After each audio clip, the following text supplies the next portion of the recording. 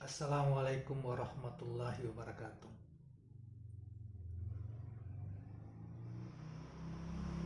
Kawan-kawan sekalian, kembali kita berjumpa di channel Juanda BKR Channel.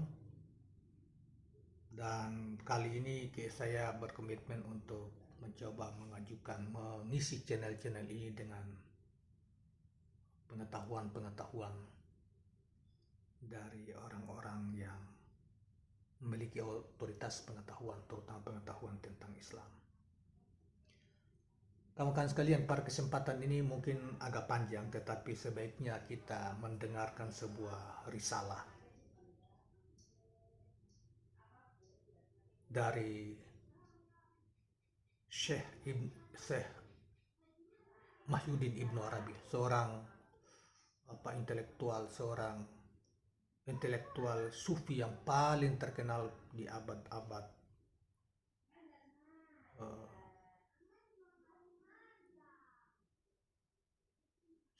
sekitar tahun 1200-an, berarti kurang lebih hampir 1000 tahun yang lalu.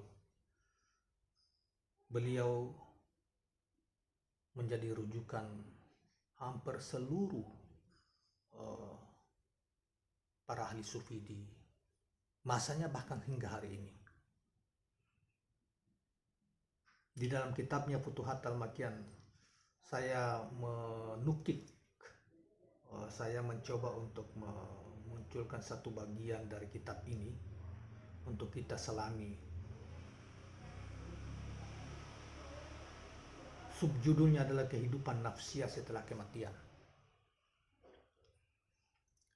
Saudara sekalian, mungkin akan menarik, tetapi bisa menjadi rangsangan buat kita semua, untuk lebih mendalami tentang apa yang disampaikan Ibnu Arabi ini. Kita dengarkan saja uraiannya. Abdul Karim bin Hawazin Al-Qushairi radhiyallahu anhu pernah menceritakan dalam salah satu kitabnya, juga ulama lain selain beliau, tentang seorang pria yang sedang memakamkan seorang laki-laki saleh.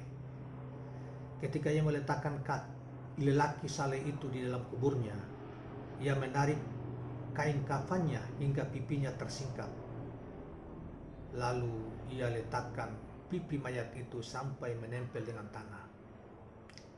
Tiba-tiba si mayat membuka matanya dan berkata kepadanya, "Hai engkau, apakah engkau mau menghinakanku di hadapan Allah yang memuliakanku?" Sontak orang itu terkejut dan keluar dari lubang kuburan. "Aku juga pernah menyaksikan sendiri," kata Ibnu Arabi. "Aku juga pernah menyaksikan sendiri kejadian serupa terjadi pada sahabatku Abdullah Al-Habsyir radhiyallahu anha pada saat pemakamannya dalam sebuah cerita yang cukup panjang. Orang yang akan memandikannya takut untuk memandikan ketika melihat mayatnya. Lalu tiba-tiba ia membuka matanya pada orang itu dan mengatakan padanya, 'Mandikanlah aku.' Di antara keadaan-keadaan orang seperti ini, ketika mereka telah mati, adalah mereka tetap hidup dengan kehidupan nafsiyah. Haya an-nafsiyah dalam bahasa Arab. Yang melalui kehidupan itulah segala sesuatu bisa bertasbih. Ketika seorang pemilik nafas berhimmah untuk tempat peribadatan yang ia gunakan untuk beribadah di masa hidupnya, agar ia tetap bisa selalu menjaga tempat itu dari dalam supaya kondisinya tidak berubah, maka ketika ia mati dan ada orang sepeninggalnya yang memasuki tempat itu lalu melakukan sesuatu yang tidak disukai oleh si pemilik tempat yang mendiami sebelumnya, akan muncul suatu pertanda di tempat itu. Selanjutnya Ibnu Arabi berkata bahwa kami pernah mendengar sebuah kisah tentang Abu Yazid Al-Bistami.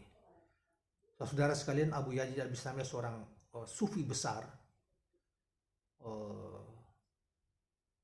yang seorang ahli tasawuf atau ahli sufi besar yang sangat luas ilmunya dan eh, dikagumi oleh banyak pihak di kalangan tasawuf maupun di kalangan yang lain. Mengenai hal ini, beliau memiliki sebuah rumah yang ia pakai untuk beribadah yang dinamakan Bait Al-Abrar, rumah orang-orang abrar. Ketika Abu Yazid radhiyallahu anhu telah meninggal, rumah tersebut tetap terjaga dan dihormati. Orang yang ada di dalamnya harus berlaku selayaknya di dalam masjid. Suatu saat tanpa sengaja ada seorang lelaki memasukinya dan bermalam di sana. Menurut cerita orang itu dalam keadaan junub. Tiba-tiba baju lelaki itu terbakar tanpa diketahui dari mana api yang membakarnya berasal. Lalu ia pun bergegas lari meninggalkan rumah tersebut. Ketika ada seorang yang memasuki rumah itu dan berlaku dengan tidak selayaknya, ia pasti akan melihat sebuah pertanda. Setelah kematiannya, bekasan yang ditinggalkan oleh orang seperti ini akan tetap melakukan hal yang sama seperti apa yang ia dilakukan semasa hidupnya.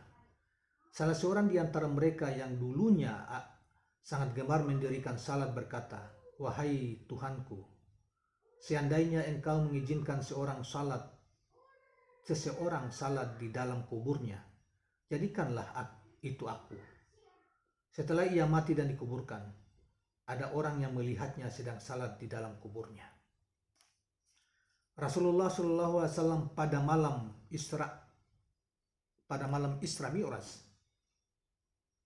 berjalan melewati kuburan Nabi Musa alaihissalam dan beliau melihatnya sedang salat di dalam kuburnya. Kemudian beliau diangkat ke langit. Beliau menceritakan tentang Isranya tersebut dan apa yang ia alami bersama para nabi. Beliau melihat Nabi Musa alaihissalam berada di langit ke-6, padahal sebelumnya beliau melihatnya sedang salat di dalam kuburnya. Di antara keadaan orang ini setelah kematiannya adalah seperti di atas. Tidak ada bedanya antara saat ia hidup dan ketika ia telah mati. Karena pada saat ia masih hidup di dunia, ia berlaku serupa mayat, yakni halnya adalah kematian.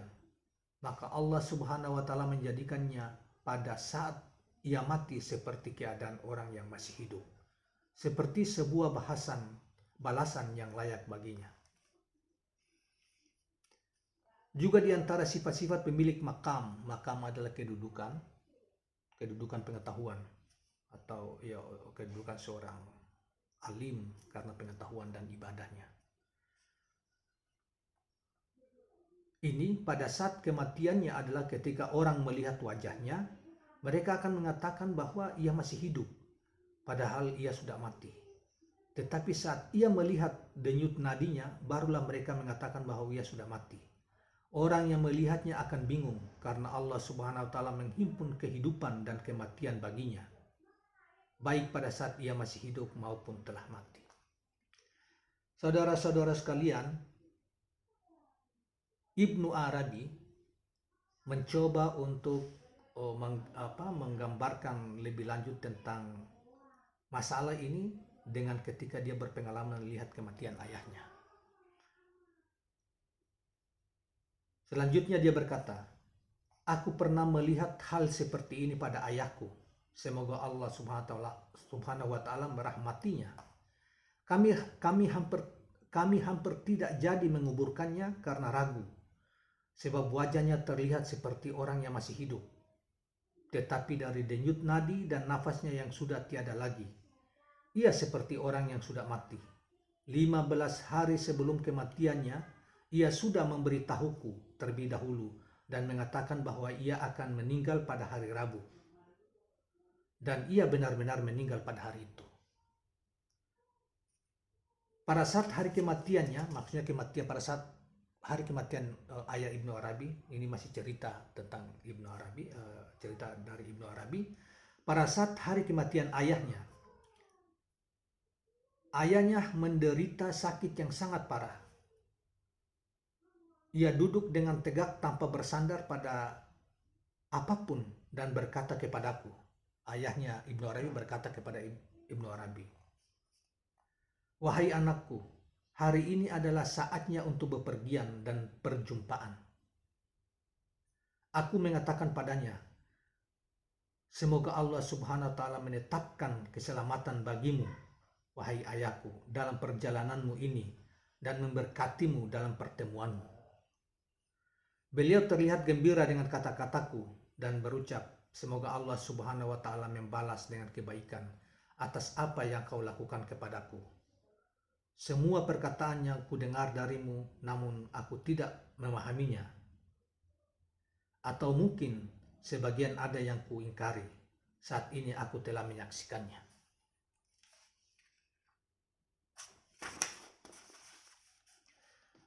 Lalu terlihat, kata Ibnu Arabi, lalu terlihat ada sinar berwarna putih di keningnya.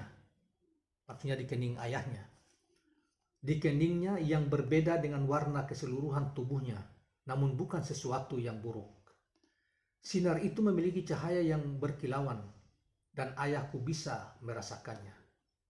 Kemudian sinar itu menyebar ke seluruh wajahnya dan menutupi sekujur tubuhnya. Aku menciumnya dan merelakannya, lalu pergi meninggalkannya. Aku menciumnya dan merelakannya. Sekali lagi, saya ulang, aku menciumnya dan merelakannya, lalu pergi meninggalkannya. Kukatakan padanya, aku akan pergi ke masjid Jami sampai ada yang memberitahuku tentang kematianmu.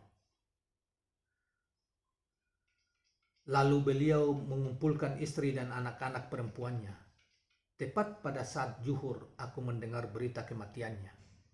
Aku menghampirinya dan menemukannya dalam keadaan yang membuat orang bingung ketika melihatnya, apakah ia masih hidup atau sudah mati. Dalam keadaan seperti itulah kami menguburkannya, dengan disaksikan oleh banyak sekali orang yang menghadiri pemakamannya. Maha suci Dia yang telah mengistimewakan dengan rahmatnya siapapun yang Dia kehendaki. Orang yang memiliki makam ini, kehidupan dan kematiannya sama saja. Semua ilmu yang kami sampaikan dalam bab ini adalah ilmu dari pemilik makam ini. Maksudnya, tadi kan kita ambil sepotong aja dari risalah tentang ini. Bukan dari bab-bab awal, ini tebal bukunya. Jadi maksudnya ilmu-ilmu yang dibahas di dalam bab ini, kitab pembahasan sebelumnya dalam kitab ini, kitabnya Futuhat Al-Makkiyah jilid keempat. Saya tidak cuma ambil sebagian saja untuk membacakan, untuk kita perdengarkan di dalam video ini. Saya ulang, orang yang memiliki makam ini, kehidupan dan kematiannya sama saja. Semua ilmu yang kami sampaikan dalam bab ini adalah ilmu dari pemilik makam ini, yaitu ilmu tentang nafas-nafas. Itulah mengapa kami menyampaikannya. Wallahu yaqulul haqqa wa huwa yahdi sabil.